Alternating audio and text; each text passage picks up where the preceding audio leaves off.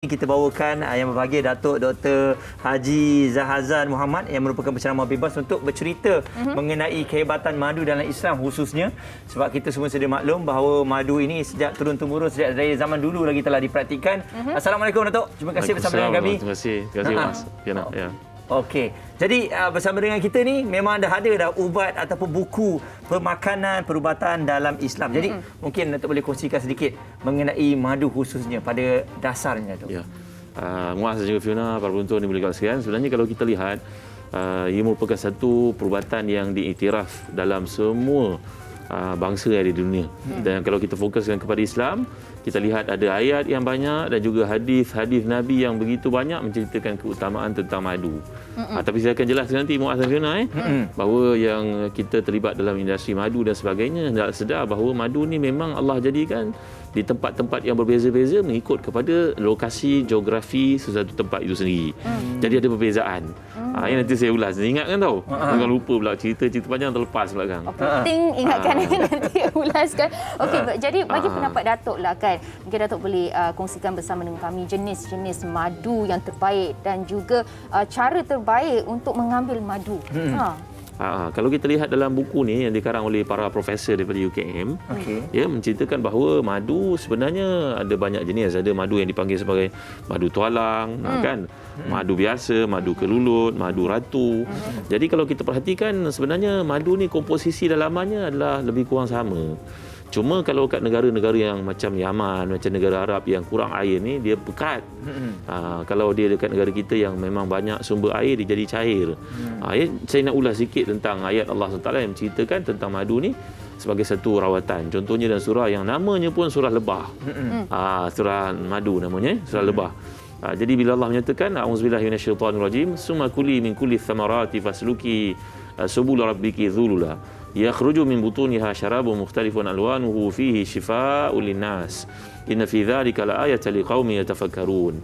Iaitu Allah telah mewahyukan kepada lebah supaya mencari segala makanan yang terdapat pada pangkal-pangkal pokok, pada bunga-bunga, pada tanah. Ya, amazingnya lebah ni kalau kita baca di sudut sainsnya, setiap ekor lebah itu mencari di kalangan 400 hingga 1,500 pokok untuk memberikan mengumpulkan madu dalam kuantiti yang bersama kumpulannya yang puluh-puluh ribu tu, sehingga memberikan berbagai-bagai bentuk enzim dan juga vitamin yang sangat penting untuk tubuh manusia. Itu sebab bila Allah nyatakan kat sini, kami mewahyukan kepada, kami mengilhamkan kepada lebah supaya pergi mencari makanan ni tempat-tempat yang ada semua, yang mana dari badannya akan keluar sejenis manisan yang sangat baik dan merupakan penawar kepada penyakit-penyakit yang berlaku pada manusia.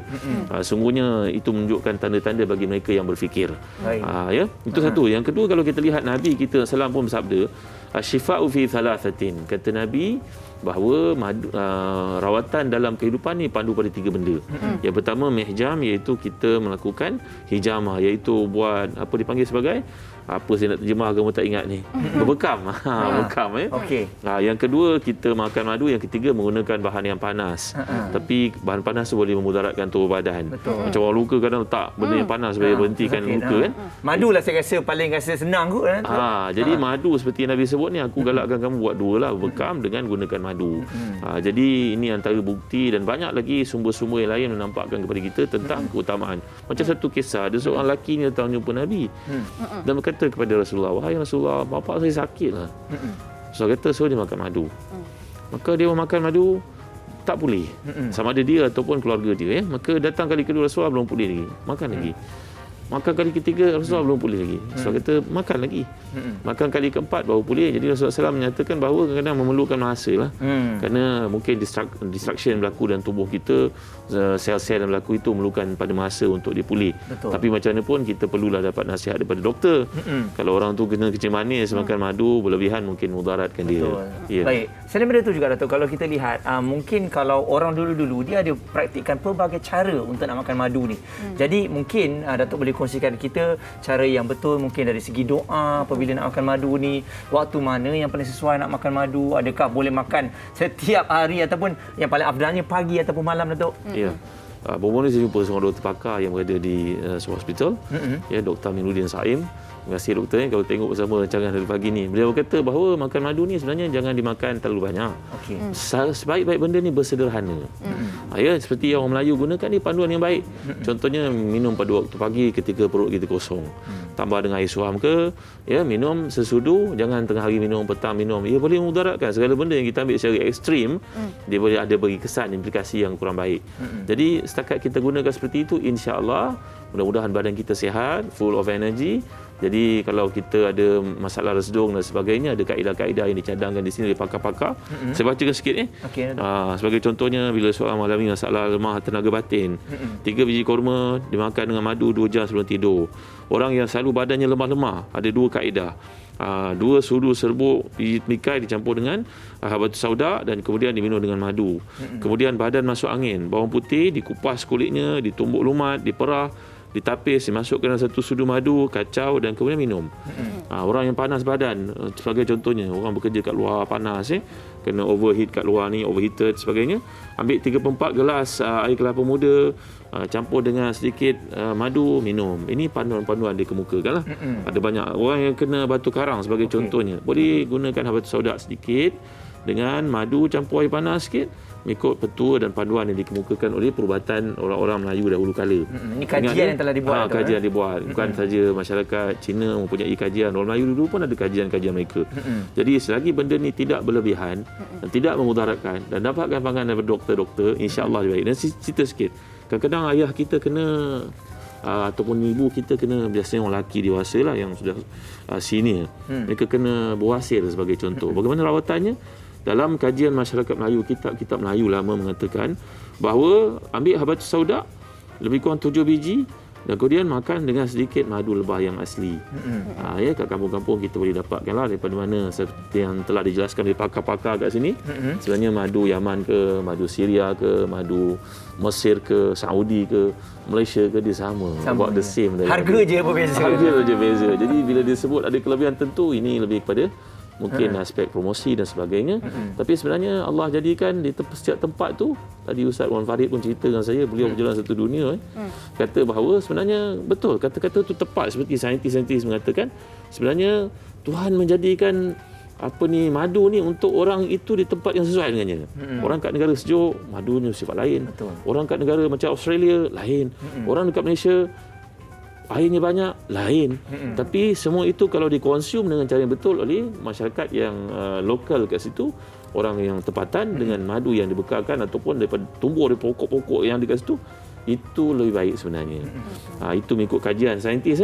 Saintis makanan. Kalau salah, tuan-tuan baca kat sini, ni pakar-pakar, Dr. Fadli, Dr. Wan Nasruddin, Profesor Dr. Aminah, mereka membuat kajian dengan kesesuaian yang ada pada hari ini. Jadi seperti yang disebutkan, dia Islam menggalakkan penggunaan dia, tapi cari cara yang betul. Cara betul tanya pada orang yang ahli. Dan kita kena ingat bahawa penggunaan-penggunaan yang disebut belakang ni adalah cadangan-cadangan berdasarkan testimoni pada zaman itu oleh masyarakat Melayu yang mengkaji, pakar-pakar perubatan yang daripada masa itu. Ada sikit lagi, boleh tak saya sebut sini? Boleh. Orang yang semput ataupun mengalami sesak nafas, asma, lelah, antara kaedah yang digunakan kat sini juga ambil habatus sauda, kemudian makan bersama madu sedikit saja, 3, 5, 7 biji, bilangan yang ganjil. Ataupun satu lagi kaedah, dengan bawang putih dicuci, minum dengan air yang suam, dia dengan air madu, dan kemudian ini juga boleh mengubati penyakit asma. Kalau dia lebih kronik, kena jumpa dengan ahli yang pakar lah. Ini cadangan-cadangan dikemukakan. Okey. Jadi banyak sebenarnya info yang ada di dalam indahnya pemakanan dan perubatan Islam, dan hari ini pastinya kita memfokuskan mengenai madu. Jadi mungkin Datuk boleh kongsikan, saya percaya Datuk ada mengamalkan makan madu. Alhamdulillah. Jadi mungkin Datuk sendiri boleh ceritakan pengalaman Datuk ketika mengambil makanan sunnah ni bersama dengan penonton kita hari ini. Ya. Alhamdulillah, tuan-tuan dan puan, ini pengalaman peribadi lah yang telah saya amalkan mungkin lebih kurang 10 tahun lah, lebih kurang. Makan madu ni saya konsisten istiqamah dan menjadi satu amalan saya kalau pergi ke mana-mana. Pergi ke Bosnia ke, saya cari madu di sana. Cuba test. Pergi ke Turki ke, saya beli madu dari Turki. Pergi ke Saudi, saya dapatkan madu daripada semua yang betul lah. Di kedai-kedai yang kita kenal pasti, daripada nasihat orang tempatan. Dan memang betul apa yang disebutkan, memang dia mempunyai kesan yang sangat baik pada kesihatan kita, ya, memberi tenaga kepada kita, ya, dan seperti yang disebutkan tadi, sebenarnya semuanya sama saja. Madu tualang, pahang ke, dengan Turki sama saja. Kesan yang baik yang kita ambil dengan cara yang betul tadi. Ya, insya-Allah tubuh badan kita bertambah kuat, jauh daripada penyakit-penyakit pada waktu ni. Mudah-mudahan dengan cara demikian pengalaman peribadi ini berguna. Sekali-sekala sakit, batuk, demam itu hasil kan. Mana ada sihat namanya. Mana sihat namanya.